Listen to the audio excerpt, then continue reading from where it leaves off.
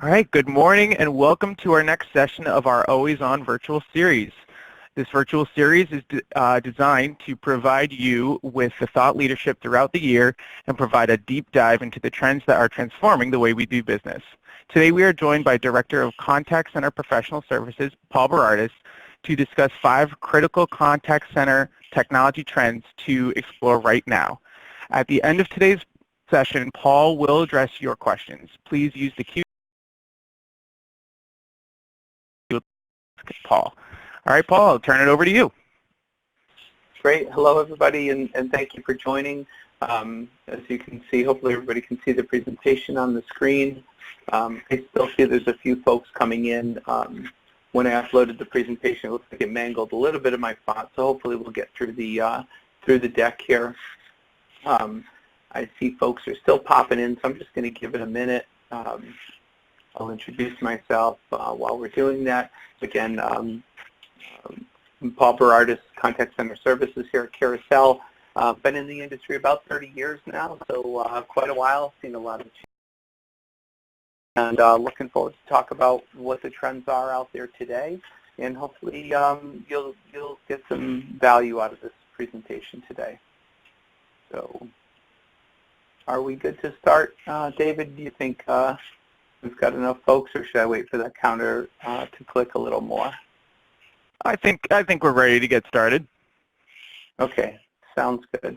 So today we'll be talking about a couple items here. Contact Center as a Service, and again, I apologize for the font here. It looks really clear on my PowerPoint, but so we're going to talk about Contact Center as a Service and some hybrid cloud approaches. We're going to talk about CRM-centered workflow and data-directed routing, personalizing the customer experience and agent interactions. We're going to talk a little bit about cloud, speech services, chatbots, AI, and moving beyond structured data. And then we'll talk lastly about robotic process automation in the contact center and beyond. So let's get started here. So why Contact Center as a Service? What's the big push here? And again, the font is cloudy, so I'm going to just interpret a little bit. But this XY axis is really about the pace of change over time, and how are we as technology folks keeping up with that pace of change? It's the life cycle now of products is becoming shorter and shorter, and we don't install equipment anymore and sweat those assets for 8 or 10 years. The pace of technology is really down to a 3-year or less upgrade pace, and the easiest way to keep up with that pace is to implement cloud-based as-a-service products. So all the care and feeding, upgrade cycles, and so forth are taken care of by others. So we see that cloud-first approach in the marketplace these days. So let's talk a little bit about this Contact Center as a Service model.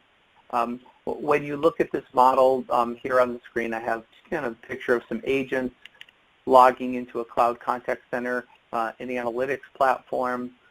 Behind the scenes, we're going to see the components that are typical to any contact center: IVR, bots, self-service, a CTI, desktop, CRM integrations, omni-channel object routing, and so forth.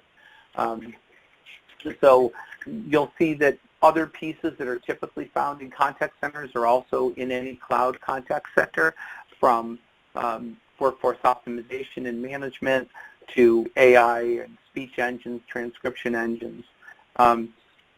There are, don't think it's because it's a cloud, all the contact center technology is coming from the same company. Sometimes it is. Some people have, made purchases and acquisitions. Others rely on behind-the-scenes vendors to fill in their product gaps. Okay, but they really put these together in a nice way. These multiple systems, for the most part, have an integrated or unified look and feel, and that draw of that contact center, that cloud contact center, is really to have a minimal amount of equipment on site, high focus on security and reliability, and move away from those premise systems. Here, Many of these platforms are either using Amazon Web Services or Google Cloud Platform or Azure to host their platforms. Gives them scalability and the ability to grow on demand as well. So take a look at the other model that I talked about here, this hybrid cloud model. Typically starts out with a customer that's made an investment into a standards-based and highly UC and CC core platform.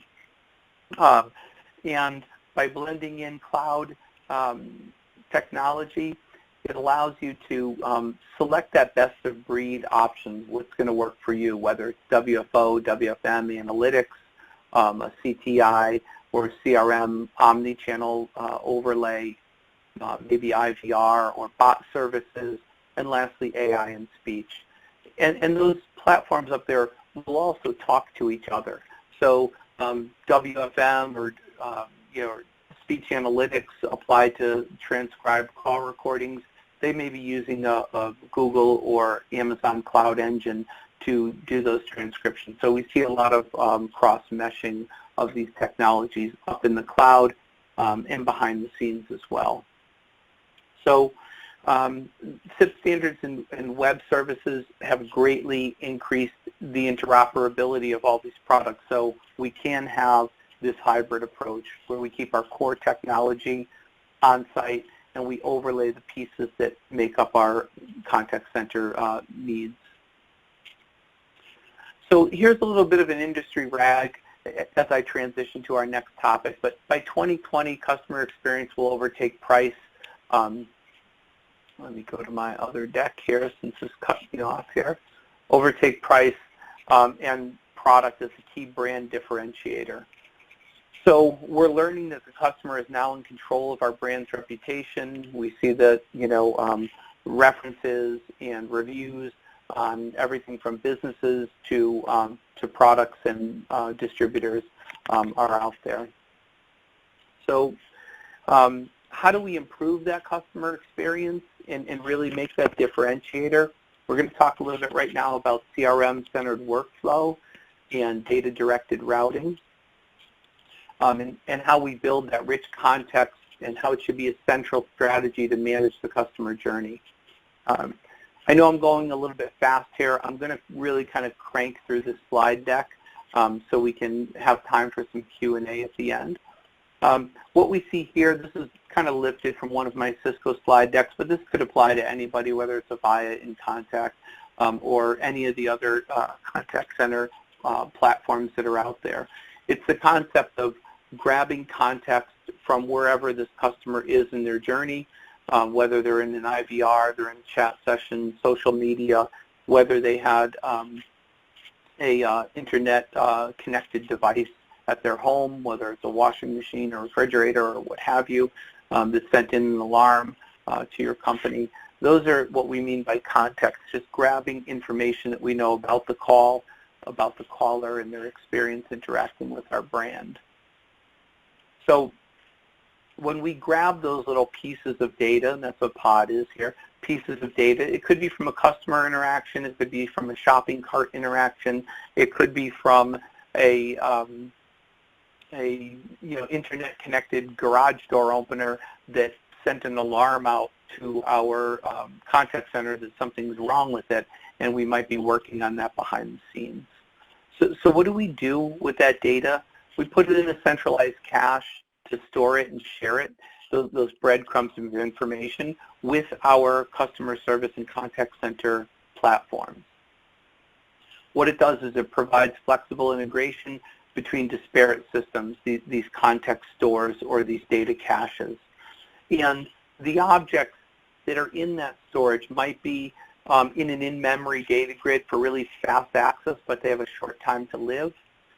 It could be persistent data that's in an external database for long-term storage, or it could be information that's queried on the fly as we're looking up information about that caller.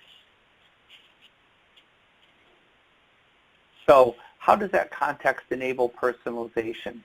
What it allows us to do is present the context to the agent, but even before that, we can enable a personalization for routing, for self-service options, for call priority, and so forth. So what we're going to see here next is how this agent journey or this customer journey is affected by context and personalization. Let's see if the slide plays. I have an automation here. It's working. Miracle. So John Smith is a customer of the company's. He's been with us for 5 years. He recently tweeted about an interaction. He emailed yesterday to talk about an issue with his product. Kathy responded, but the turnaround time was 18 hours. The case is still open in the CRM. Kathy's busy on another call. It's the second context in the last 24 hours. Now up top we see, because we know about this customer calling in, we can offer them some options. Do we offer them an option to wait for Kathy and use some last agent routing technology? Do we offer a callback to that person so they don't have to wait on the phone? Or do they want to route to a high-touch support queue with a high priority? And because we know about that person's journey in our into our contact center, we can provide that personalization and those options. Take a look at this, what that really looks like. Again, a little bit of a cloudy slide here. This is an example. This happens to be a Cisco Finesse desktop, but if it was Avaya or InContact or Interact CRM or anything else, it would be the same, kind of the same thing. This agent has the customer history. They can look at the voicemails, emails, chats. They can click and drill down. So when they're talking with that customer, they don't have to make the customer explain themselves again. They can review the history. They can provide empathy to that client to really empower that interaction. Just taking another look at another agent desktop, what you don't see here, but is the same type of context history. What were their interactions in the last 60 minutes, in the last week? Again, I can drill down into these. I might have process guides that are directed to me from the skill that this came into, or directed me from context with the caller. And then again, providing really enhanced wrap-up coding to drive process improvement in the contact center. And we want to make sure that that wrap-up coding is contextual to the interaction that we're having, not the same canned 100 wrap-up codes that could apply to anybody and don't really serve our agents well. So let's take a look at what the impact of omnichannel is on the customer journey. So, before we have a caller coming in, maybe it gets to the right department. How may I help you? Customer says they sent an email earlier about the issue. Can you help me? The agent responds, I don't have visibility to emails. Can you tell me what the issue is? Kind of putting that customer through that all over again. Once you enable omnichannel into your contact center and you provide that context, now the agent can directly speak to that customer. Hello, Mr. Brown, are you calling about the billing issue in your email? They can provide some empathy in dealing with that client and really drive down to helping that customer and retaining that client, really providing that optimal customer experience. So I'm going to slide down a little bit. Again, transition to another topic. This one's on chatbot. And hopefully everybody's bearing with me here. But when we talk about chatbots, I think a lot of us think about, some sort of an Alexa experience, and where you can ask it any question and get any, kind of far from the business use case. What we have here is an example of a chatbot automation. This chatbot happens to be for a spa or a stylist, and that could be at a hotel resort or a ski resort, or it could be, a spa on Main Street in USA here. But basically, the person is elected to chat. This could have, came from a Facebook Messenger site or a social page. And we're presented with some options. And chatbots have the ability to understand and present options because they're connecting to a back-end database. So what service do you want? In the first image there, the customer selected a cut and blow dry. The chatbot responded which day. The person goes through selecting the day and the time. Finally, the chatbot secures that, sends them a confirmation, asks them if they want a reminder, and, the day before and the morning before their appointment, the back-end processes of automation can send out those reminders. That's an example of a chatbot, but that could have been anything, right? That could have been looking up data, checking on a product, checking on a shipment, what have you. So as we kind of look at what's behind that, that chatbot there, we see that there's a lot going on. Again, that could have come in from an SMS. It could have come in from Facebook Messenger, Twitter Messenger, a web chat on your website, and so forth. But the bottom line is we bring in a natural language processor. We're going to access some sort of a knowledge base or content management system.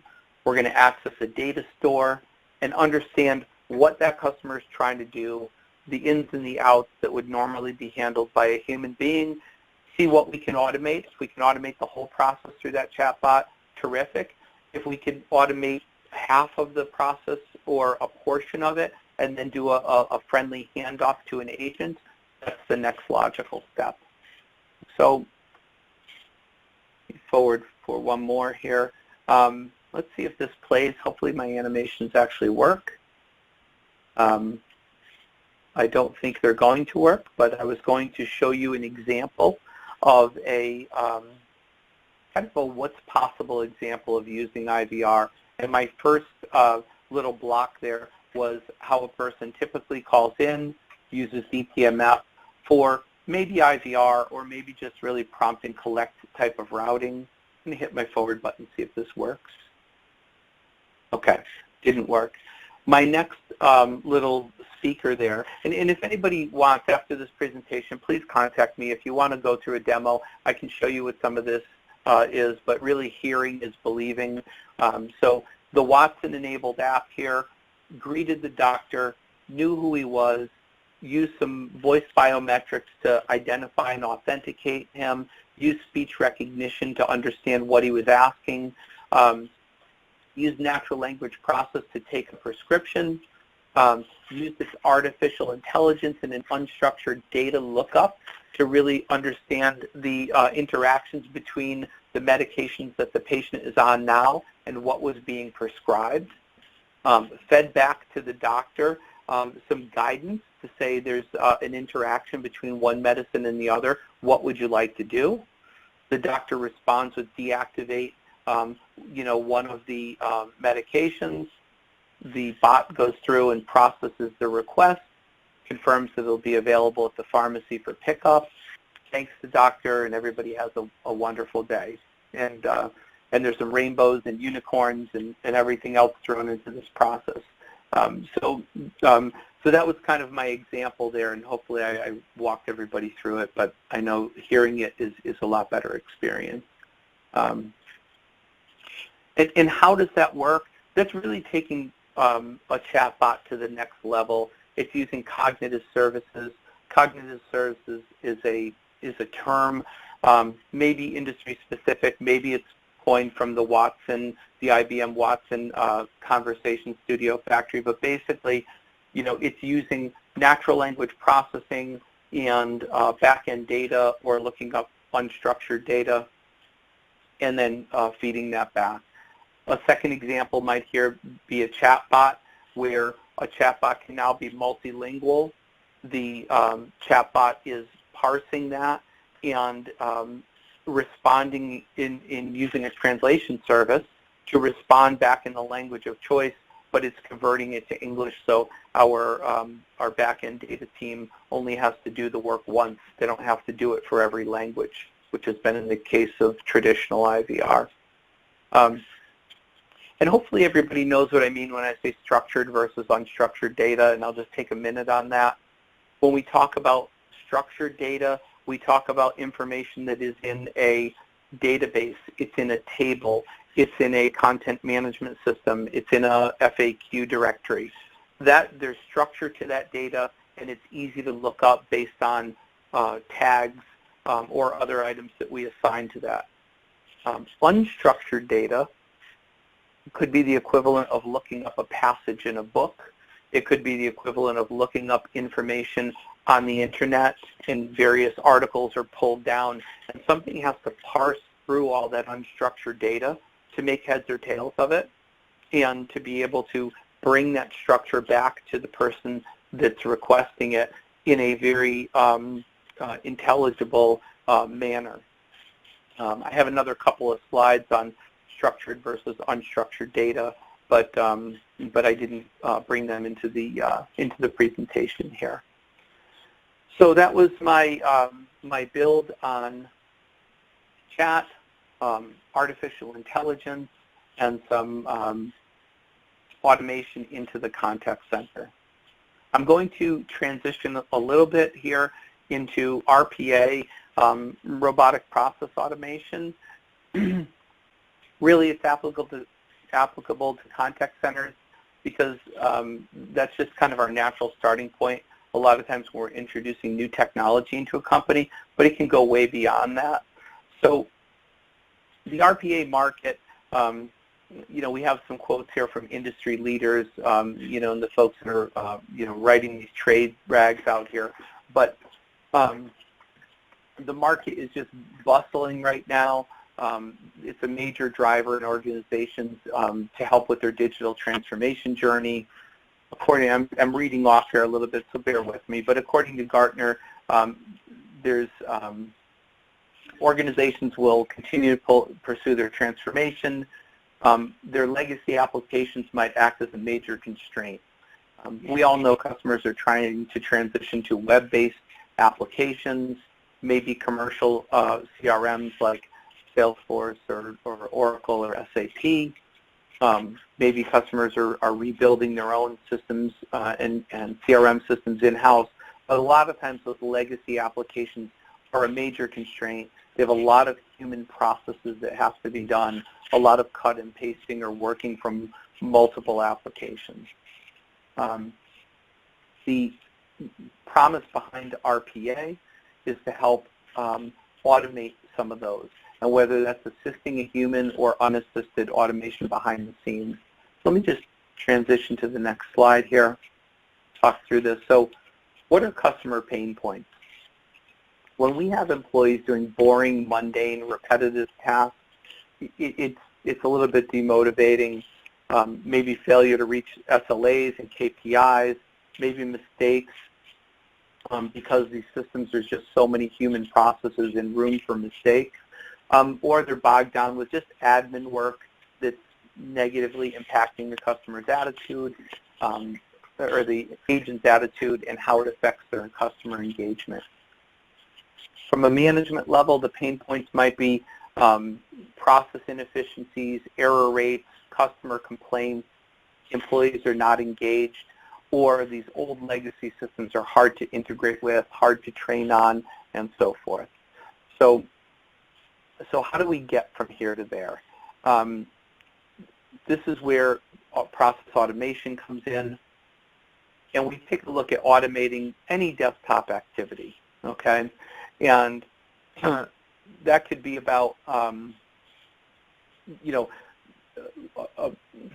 there's a little bit of work that goes into RPA. Usually we put in some self-discovery bots.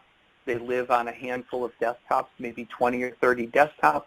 We collect information over the period of a couple weeks or a month, and we look at all the processes that are going on, what the people are doing, the cut and paste, the clicks, the field entries, how many screens are navigating, which applications they're tab switching between, what databases they're using, and we come up with a report that says these are our top 15, our top 20 applications and processes that are applicable to an RPA help. And we say this is how much information we believe that, or how much time and effort we can save and what can be automated. And in some cases you're talking about 20, 30 seconds per interaction. some of them you're talking about minutes or, 5-10s of minutes, as we've seen with customers that may have really elaborate processes and are dealing with legacy systems where information has to be retyped and it's not even available to cut and paste. So this could be about a virtual or robotic workforce, able to perform tasks that were performed previously by humans, just more of an automated idea. It could be about automating processes with a back-end server without any human intervention. So there's attended and unattended type of process automation. And, that's really what brings automation to a usable technology. From an attended standpoint, we can assist with guidance and call-outs as a call or an automation flow is happening. We can give the agent decision support. We can, at points in there, trigger an unattended flow, so then the agent just clicks, are you ready? Does everything look good? Click yes. The robot works, does in 5 or 10 seconds what it might take a minute or more to do. And then it adds supervision to those automated processes. From an unattended robotic standpoint, there's no human intervention. Those might be behind-the-scenes processes from various departments where no human intervention is required. Documents, emails, what have you are received. Items or processes are processed. Again, those high-volume, low-value processes where if a mistake is made, it's more of a communication error than possibly a financial error or something that might negatively affect a consumer outcome. Quality, predictability, scalability, and speed are all gained through RPA and ultimately winding up with customer and employee satisfaction increases. So that was trying to boil down my deck here for into a consumable period. We're at about the half-hour mark, and I don't know if we want to open the floor, David. So we don't have any questions yet. I know some people did experience a little bit of there's a natural delay, but some people experienced some technical difficulties. So if anyone has any questions, now would be a great time to submit them. We'll give a couple more minutes to allow that to come in, and if we don't see anything in the next couple minutes, I think we can wrap a little early.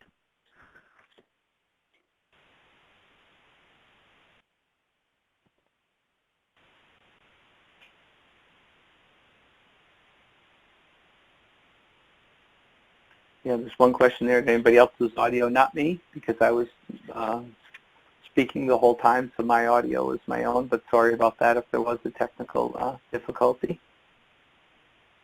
I did not put my contact information on here, but you should have the invite. Please get in touch with me, and again, if you have any questions, want to go through any type of presentation, I'd be happy to do that.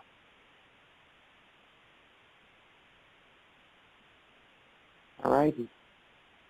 Don't see anything else up there. Yep, that's fine. Oh, here we go. So what CRM systems do you integrate with? So really almost any CRM system that I could think of. So, the major ones are Salesforce, Oracle, SAP, but it could be Zen, it could be Sugar, it could be homegrown. As long as there's a way to bring information in and out of that system, web services are ideal. Off-the-shelf applications are, most of them have been pre-built. So it really depends on what the communication platform is, but I have not seen any CRM systems that aren't able to be integrated with. Will the slide deck be available to the attendees? David, can you answer that? Is this just up on BrightTalk now for good and they can review it at any time?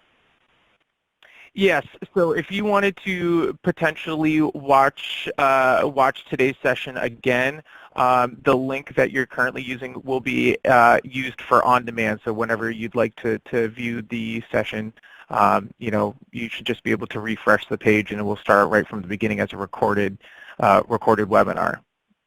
So we won't actually distribute the PowerPoint deck, but you can watch the session again. Got it. There's a question here about, go ahead, I'm sorry, David. Oh, no, I was just going to read the next question. Go ahead. Yeah, so there's a question here about cost per seat on a 1,000-seat call center. I think we'd have to just quantify that a little bit. Are we talking about a full contact center as a service? What's included in there? Is there a need for, obviously in a 1,000-seat contact center, you're going to need WFM for scheduling. What type of advanced services are you looking at, building a chatbot and so forth. But typical contact center as a service, again, fully featured in a 1,000-seat contact center, you're probably talking, between $100 and $180 a named agent. Building out chatbots could be a placeholder of $25,000, depending on what it is.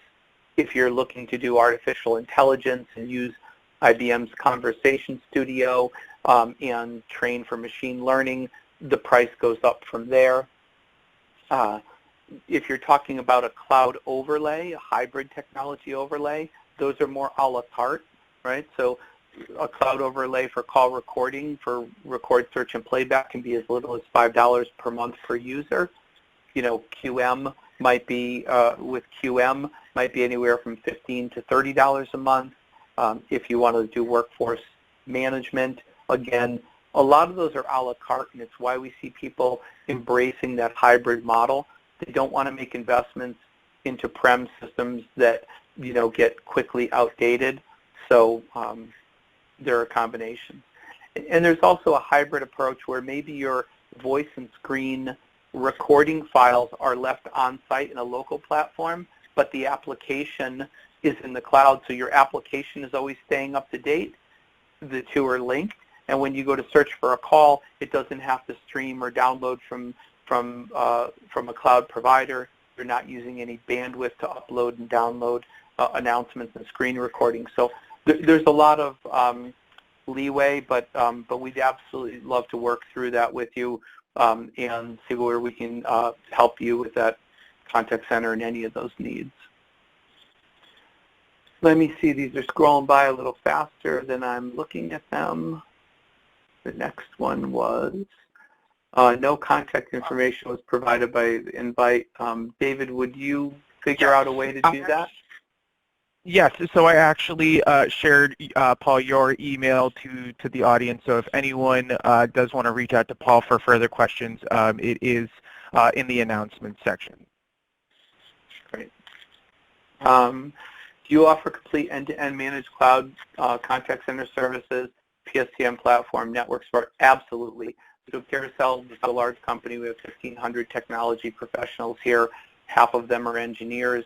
We cover the whole spectrum from, we're a certified CLEC, we do PSTN services, we do platforms, network, security, we run the gamut. Contact center happens to be the practice that I'm in within Carousel, and but again, we cover the whole IT spectrum.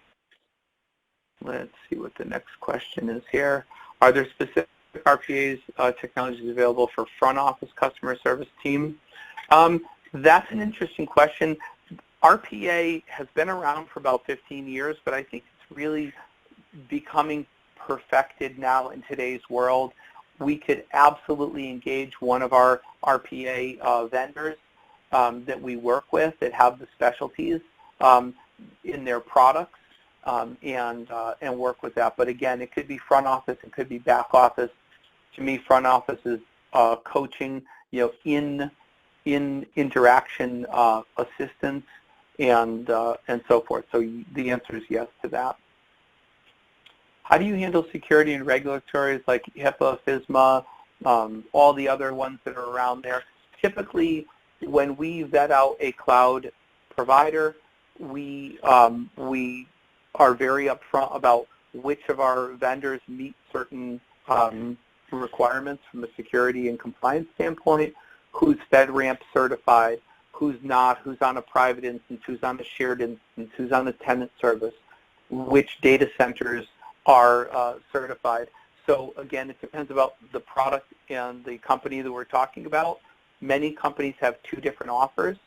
You have a commercial officer or commercial offer, and then you might have a FedRAMP certified offer. And there are different features and functionalities that may apply to one versus another to meet those type of security requirements. All right, well, that is it for questions, it looks like. So if we don't have any more, I think we can wrap. Thank you, everyone, for joining today's session. Shortly after we wrap, you will receive a brief survey requesting your input on today's session, as well as your interest in future topics. As a thank you for taking the time to complete it, we will send you a Starbucks gift card, so your next cup of joe is on us. Next month, we will be joined by Carousel's Vice President of Vision and Collaboration Strategy and Operations, Brian Fichter, as he talks about emerging trends in AV and video. Thank you again, everyone, and enjoy the rest of your day. Great. Thank you all. Bye-bye.